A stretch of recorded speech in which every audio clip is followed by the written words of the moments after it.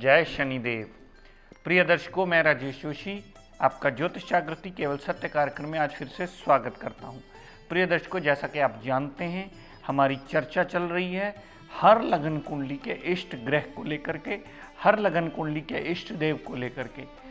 मैं ये इसलिए भी बताना आपको ज़रूरी समझता हूँ प्रिय दर्शकों, क्योंकि दशाओं अंतरदशाओं का चक्कर बदलता रहता है, वो कभी रोटेशन में स्टेबल नहीं होता। जिसकी जितनी मर्जी लंबी दशा हो, लेकिन निकलती है, बदलती रहती है, अंतरदशाएं भी बदलती रहती हैं। लेकिन आपकी कुंडली का इष्ट ग्रह कभी नहीं बदलता, आपकी कुंडली के इष्ट देव कभी नहीं बदलते।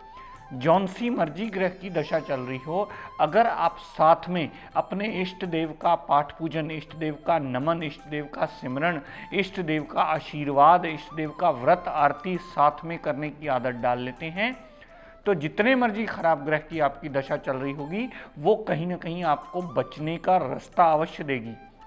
आपके इष्ट देव से लिया हुआ आपका आशीर्वाद आपके लिए रक्षा कवच के समान काम करता है। इस बात को सदैव दिमाग में रखिए प्रिय दर्शकों। इष्ट देव का पूजन करना सदैव एक रक्षा कवच के समान आपके लिए लाभान्वित होता है, और जितनी मर्जी खराब दशा चल रही है उससे बचने का रास्ता आपको अवश्य देता है। कल हमने मीन लगन की चर्चा शुरू की थी। पहले 4 भावों में मैंने इसकी विस्तृत जानकारी दी। मीन लगन की कुंडली में चंद्रमा देवता, जो कि पंचमेश होते हैं, यानी 5वें भाव के मालिक होते हैं, आपकी कुंडली के इष्ट ग्रह माने जाते हैं। और शिव जी, जो इस लगन कुंडली के इष्ट देव माने जाते हैं, उनकी आराधना करना हर मीन लगन वाले जातकों को सदैव लाभान्वित करता है। प्रिय दर्शकों, आज बात करते हैं, अगर चंद्रमा देवता पंचम भाव में ओन साइन के पड़े हों, स्व राशि के पड़े हों, जातक बहुत ज़्यादा बुद्धिमान होता है, जातक के पुत्री का योग घर में अवश्य बनता है, जातक लव रोमांस में कामयाबी हासिल करता है, अनसर्टेन गेन हासिल करता है, जातक की स्टमक में जल्दी प्रॉब्लम नहीं आती। लेकिन प्रिय दर्शकों, ये बात सदैव याद रखिएगा, जातक को रिजल्ट उतने प्रतिशत ही मिलने वाले हैं जितने प्रतिशत डिग्री वाइज क्षमता चंद्रमा देवता की होगी, और वो आपको उतने प्रतिशत ही अपनी दशांतरा में रिजल्ट देने के काबिल बनेगा। क्योंकि पंचम भाव में ऊन साइन का पड़ा होने से चंद्रमा देवता की दशांतरा अगर डिग्री वाइज बलावल में होगी तो बहुत अच्छे रिजल्ट देगी। यहाँ से चंद्रमा देवता ने जितनी दृष्टि 11वें भाव पर डाली, बड़े भाई बहन की सपोर्ट मिलती है, धन का आगमन कहीं ना कहीं से होता ही रहता है, और छोटी मोटी हेल्थ प्रॉब्लम होंगी तो वो चली अवश्य जाएंगी। और जातक की इच्छा पूर्ति करने में चंद्रमा देवता बहुत बड़ा मेजर रोल प्ले करेंगे और बहुत बड़े सहायक सिद्ध होंगे। दर्शकों, मान लीजिए चंद्रमा देवता 6ठे भाव में पड़े हुए। अब 6ठे भाव में पड़े होने से चंद्रमा देवता इस कुंडली के योग कारक ग्रह नहीं रहे। प्रिय दर्शकों, ये बात सदैव स्मरण रखिएगा। क्यों? क्योंकि वो 6ठे भाव में आ गए हैं। कुंडली के योग कारक ग्रह अयोग कारक इसलिए बन गए क्योंकि गलत प्लेसमेंट में आ गए हैं। और अपनी दशा अंतरदशा में जब भी चंद्रमा की दशा अंतरदशा चलेगी और वो सिंह राशि के 6ठे भाव में पड़े होंगे, तो सदैव रोग, ऋण, कर्जा, दुर्घटना, मुकदमा, कोर्ट केस, लिटिगेशन में फंसा करके, हाउस ऑफ कंपटीशन में भी दिक्कत परेशानियां देकर के जातक की मुश्किलों को कई गुना बढ़ोतरी करते मिलेंगे। अगर नौकरी करने वाला जातक है तो कई बार उसे नौकरी में बदलाव लाना पड़ेगा, तब जाकर के उसका जीवन यापन जीने लायक बनेगा। और यहाँ चंद्रमा देवता को बलहीन समझ करके उसका रतन मोती कभी धारण मत कीजिएगा। यहाँ सिर्फ चंद्रमा देवता का पाठ पूजन कीजिए, पूर्णमासी से जुड़ा हुआ व्रत कीजिए। चंद्रमा से जुड़ा हुआ पूर्णमासी का व्रत होता है, वो पूर्णमासी का व्रत कीजिए। माता या माता तुल्य स्त्रियों की दिल से रिस्पेक्ट रिगार्ड कीजिए, ताकि चंद्रमा देवता प्रसन्न होकर के आपको रिजल्ट देने के काबिल बने और वो 6ठे भाव के सारे नेगेटिव रिजल्ट्स में कमी लाएं। यहां से चंद्रमा देवता ने जितनी 7वीं दृष्टि 12वें भाव पर डाली, फजूल के खर्चे भी होंगे, जेल यात्रा तक हो सकती है, अस्पताल के खर्चे भी होंगे, जातक विदेश यात्रा करके भी वहां छोटी मोटी जॉब करके ही सेटल अपने आप को कर पाता है। तो चंद्रमा देवता की दशांतरा सदैव आपको अगर छठे भाव में पड़ा है तो छठे भाव संबंधी नेगेटिव रिजल्ट, और यहां से जितनी दृष्टि 12वें भाव पर डाली 12वें भाव संबंधी भी पूर्णतः नेगेटिव रिजल्ट ही देते मिलेंगे। अब प्रिय दर्शकों, ये बात सदैव स्मरण रखिएगा कि ग्रह तो वही है, पंचमेश ही है, लेकिन उसकी प्लेसमेंट ने हमारे सारे रिजल्ट्स को पूर्णतः नेगेटिव कर दिया। ग्रह का निर्णय हमेशा उसकी प्लेसमेंट देखकर कीजिएगा कि अब उसे लाइन ऑफ ट्रीटमेंट क्या देना है, क्या उसका पाठ पूजन करना है, क्या उसका सिमरन करना है, क्या उससे जुड़े रिश्तों को सुधारना है, या उसका रतन पहनना है। अगर पहली दूसरी बार आपको ये बात ना समझ में आए तो किसी विद्वान की मदद ले लीजिए और ये जान लीजिए कि उस ग्रह को सुधारने के लिए उस ग्रह की चल रही खराब दशा अंतरदशा का जो बुरा प्रभाव आपकी बॉडी पर आ रहा है, जिसकी वजह से आपकी मुश्किलों में बढ़ोतरी हो रही है, उसका हल कैसे निकालना है। ये गलतफहमी दिमाग से निकाल दीजिएगा कि अगर त्रिकोण है तो कभी बुरा रिजल्ट दे ही नहीं सकता, वो 6, 8, 12 में जाकर बलहीन होता है। त्रिकोण भी 6, 8, 12 में जाकर अशुभ होता है। अब हर विद्वान ये समझ चुका है कि त्रिकोणाधिपति भी अगर 6, 8, 12 में पड़ा हो तो वो भी अशुभता के फल देता है, और जब भी वो अशुभता के फल देता है फिर उसका रतन धारण नहीं किया जाता, फिर सिर्फ उससे जुड़े रिश्तों को सुधारा जाता है, उसका पाठ पूजन और नमन किया जाता है ताकि वो पाप प्रभाव छोड़ दे। दर्शकों, अगर मान लीजिए चंद्रमा देवता सप्तम भाव में पड़े, सप्तम भाव में पड़े होने से चंद्रमा देवता बहुत अच्छा फल देते हैं अपनी दशा अंतरदशा में। अगर पति है तो पत्नी उसे बहुत खूबसूरत मिलेगी, अगर पत्नी की कुंडली है तो उसे पति बहुत खूबसूरत मिलेगा, क्योंकि चंद्रमा देवता और शुक्र देवता दोनों ही ग्रह ब्यूटी के रिप्रेजेंटेटिव माने जाते हैं। चंद्रमा देवता ब्यूटी के रिप्रेजेंटेटिव होने की वजह से अगर चंद्रमा देवता सप्तम भाव में पड़े हैं तो दाम्पत्य सुख के लिए अच्छा करेंगे, पार्टनरशिप के लिए अच्छा होगा, डेली वेजेस के लिए नित्य नवा चंद्रमा की दशांतरा में रास्ता खोलकर आपको पूर्णतः एडवांटेज देते मिलेंगे।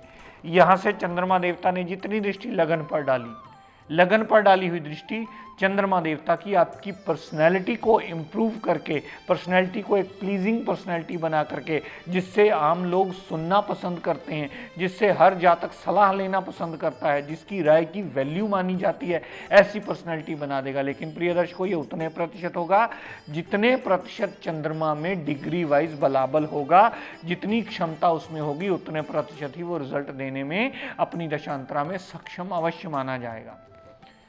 दर्शकों, मान लीजिए चंद्रमा देवता 8वें भाव में पड़े हों, 8वें भाव में पड़े होने से भी पंचम भाव का स्वामी उठ करके 8वें भाव में आ गया।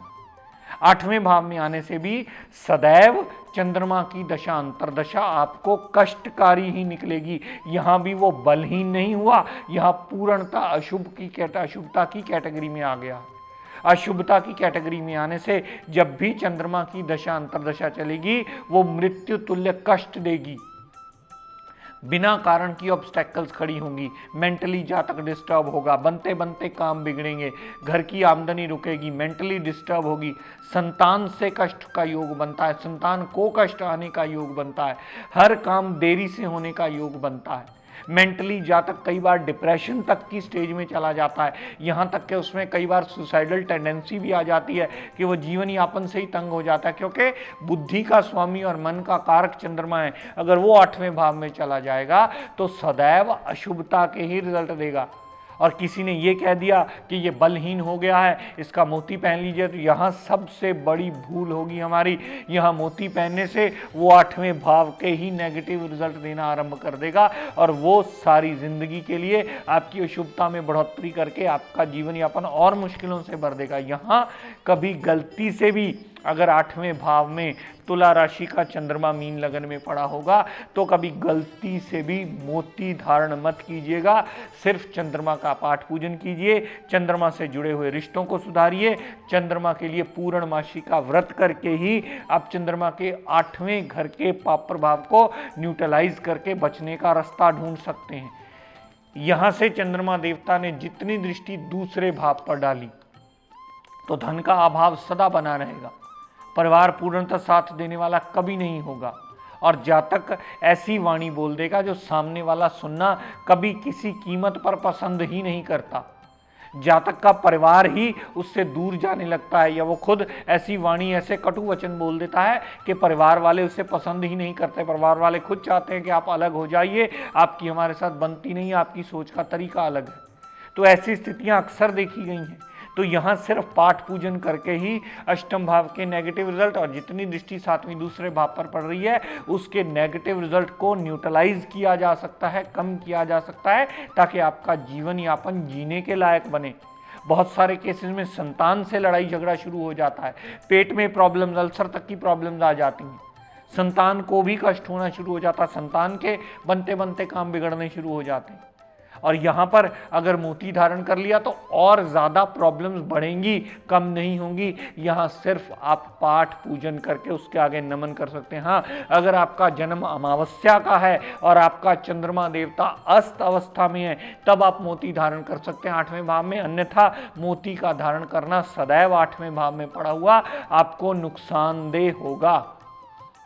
हमारी एस्ट्रोलॉजिकल गाइडेंस में प्रिय दर्शकों, रत्नों का बहुत बड़ा महत्व है, लेकिन सबसे ज़्यादा ज़रूरी बात यह भी है कि अगर गलत रत्न धारण कर लिया जाए, गलत मुहूर्त में धारण कर लिया जाए, तब भी आपके टोटली रिजल्ट सदैव उसके नेगेटिव ही रहते हैं। तो ये जानना आपके लिए और ज़्यादा ज़रूरी है कि रत्न तो धारण करना ज़रूरी है, लेकिन क्या वो सही है और क्या वो आपको अच्छे रिजल्ट देने वाला है, या बाद में आपको ये रियलाइज़ हो कि हमने तो जी पैसे खर्च करके मुसीबत मोल ले ली। तो यहाँ हमारी सबसे बड़ी भूल होती है। अगर आपको पहली दूसरी बार ये बात ना समझ में आए, आप प्रॉपर एनालाइजेशन में ना पहुँच पाएँ, तो आसपास किसी भी विद्वान की मदद लीजिए और ये जानिए कि आपका चंद्रमा देवता किस अवस्था में पड़ा है, क्या आपको उसका पाठ पूजन करना है, क्या आपको उसका व्रत करना है, या उसका रत्न धारण करके आपको अपना जीवन यापन आसान करना है। तो ग्रह वही होता है प्रिय दर्शकों, उसकी प्लेसमेंट से ये निर्धारण होता है कि उसका लाइन ऑफ ट्रीटमेंट हमें क्या देना है। कभी भी लगन कुंडली को देखकर ये निर्णय मत कीजिएगा कि मेरी मीन लगन की कुंडली है तो मुझे 1, 5, 9 तो धारण करना ही करना है। त्रिशक्ति के नाम पे आपको पेंडेंट जो दिया जाता है वो टोटली शास्त्र विरुद्ध चीज़ है, शास्त्रों से उसका कोई लेना देना नहीं है। पेंडेंट जब आप गले में धारण करते हैं, ऊपर से कपड़ा आ जाता है, वो नील हो जाता है, उस तक बॉडी की रेज पहुँचती ही नहीं है। और वैसे भी जब तक तीनों ग्रहों की, लग्नेश की, पंचमेश की, नवमेश की आप प्लेसमेंट ना देख लें, ये रिजल्ट तय ना कर लें कि आपको कौन सा नग कैसा रिजल्ट देने वाला है, उसके बिना आप रत्न धारण कभी मत कीजिएगा, वो सदैव आपके लिए नुकसानदेह होगा।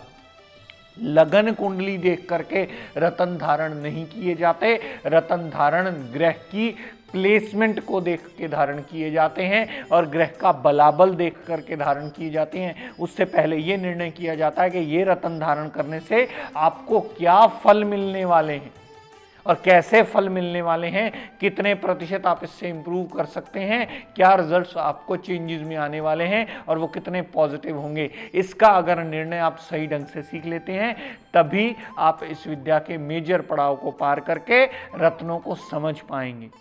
अगर आपका पंचमेश है तो कभी भी किसी कीमत पर यह ज़रूरी नहीं होगा कि इसे सिर्फ धारण ही करना, सिर्फ इसका पाठ पूजन भी करना पड़ सकता है, इससे जुड़े रिश्तों को सुधारना पड़ सकता है, इसका आरती पूजन करना, पूर्णमासी का व्रत करने से भी चंद्रमा देवता के पाप प्रभाव से बचने के रास्ते ढूंढे जा सकते हैं।